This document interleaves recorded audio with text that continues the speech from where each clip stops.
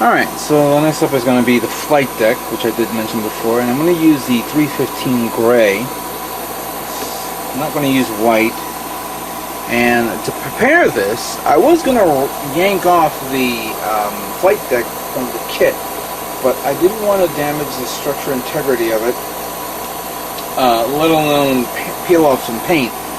So, using some masking tape and some towels, paper towels, I am going to paint this like this, as you can see here. Actually, let me see if I can adjust this a bit. There we go.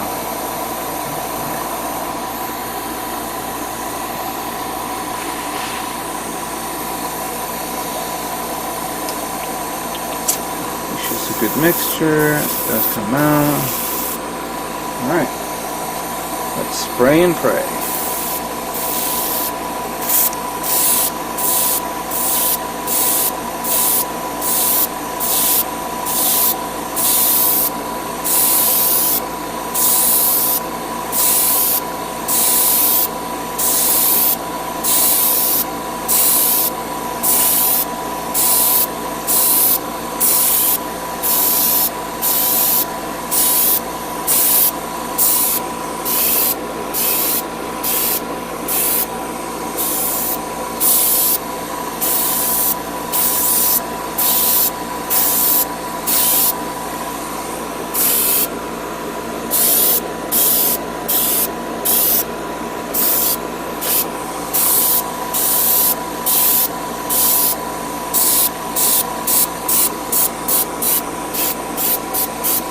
That's good. Let's flip it around a bit to the other side.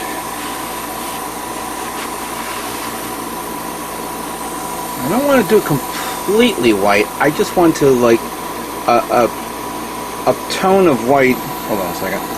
Where you know there's some pre-shading. There's a little bit of grime.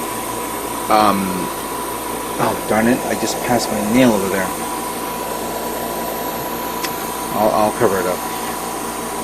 Let's maybe do a little like a scar marks type thing, where you know the fighters are landing and leaving those scorch marks.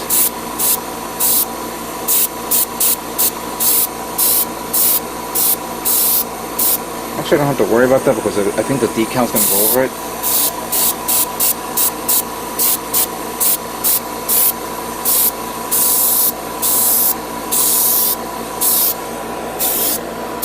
Make sure I grab the edges.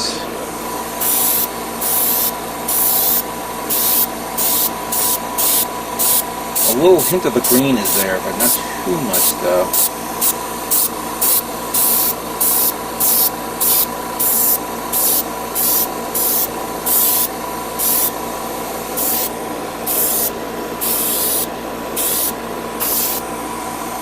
Alright. What do you think of that?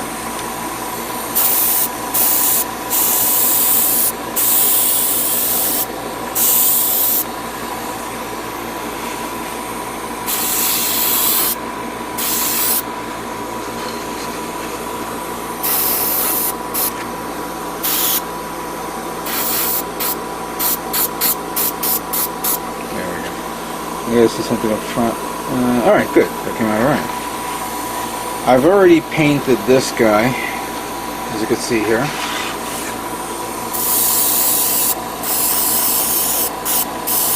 And then I'm going to probably end up masking, of course, this part just so I can paint the blue.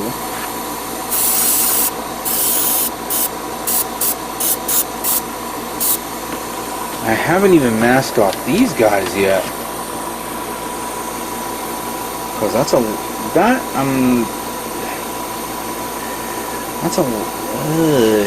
think I can do. I'm gonna hand paint that.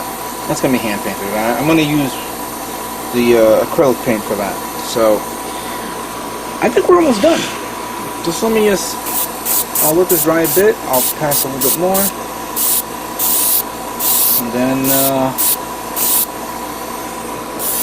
I'll see if I can get the decals on it to complete this.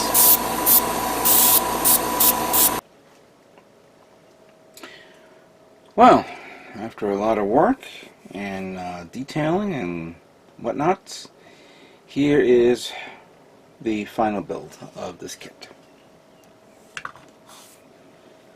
The 1/1000 scale Nazca class Astro strike carrier Kiska is now complete. There you go. Yeah, this came out really nice how it came out.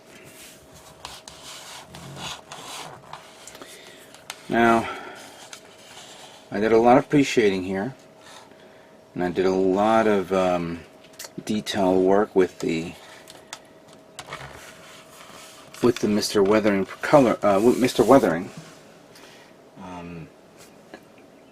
I didn't show this on camera because I didn't want to waste a lot of people's time to see this. You know, obviously a lot of people will like to see it, some people don't.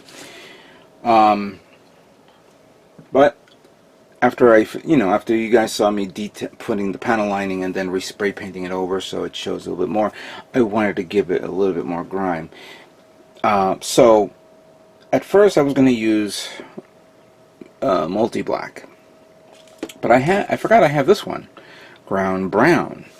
And at first I said to myself, will this look good? And at one point it became a little too brown, but then after using the other I think the solvent, this one, to clean it up, this is how it looked. And it came out really nice. Let me see if I can do some close-ups here. Get the camera, get the lighting here. You see?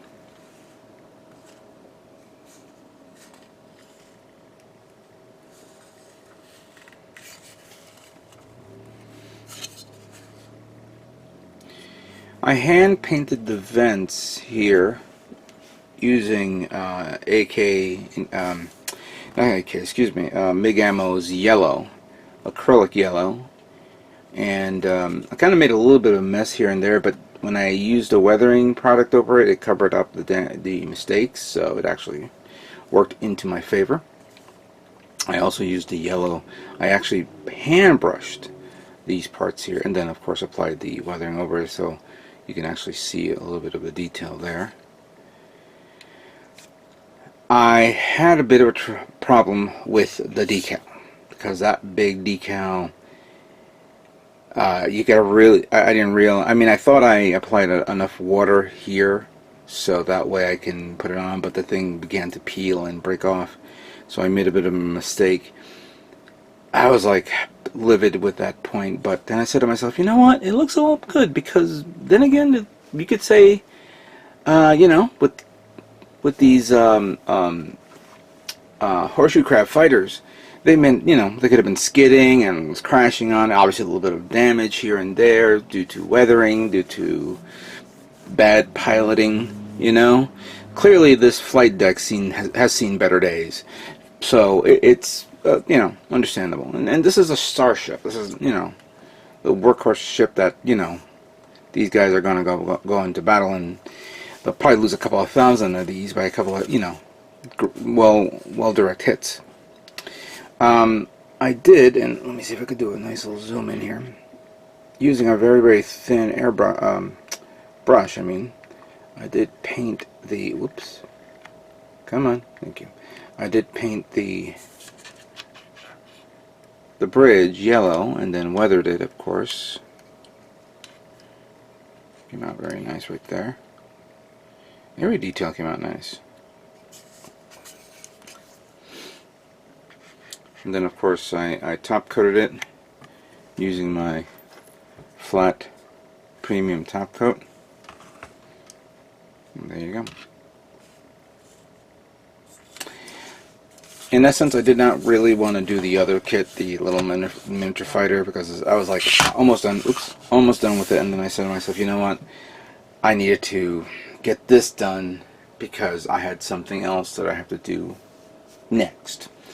But for what it's worth, for what it is, this is a very nice kit. I really like how it looks. It's unique, it's different, it's not the same. I mean, clearly it shows a little bit of aesthetics compared to the Gamella ships.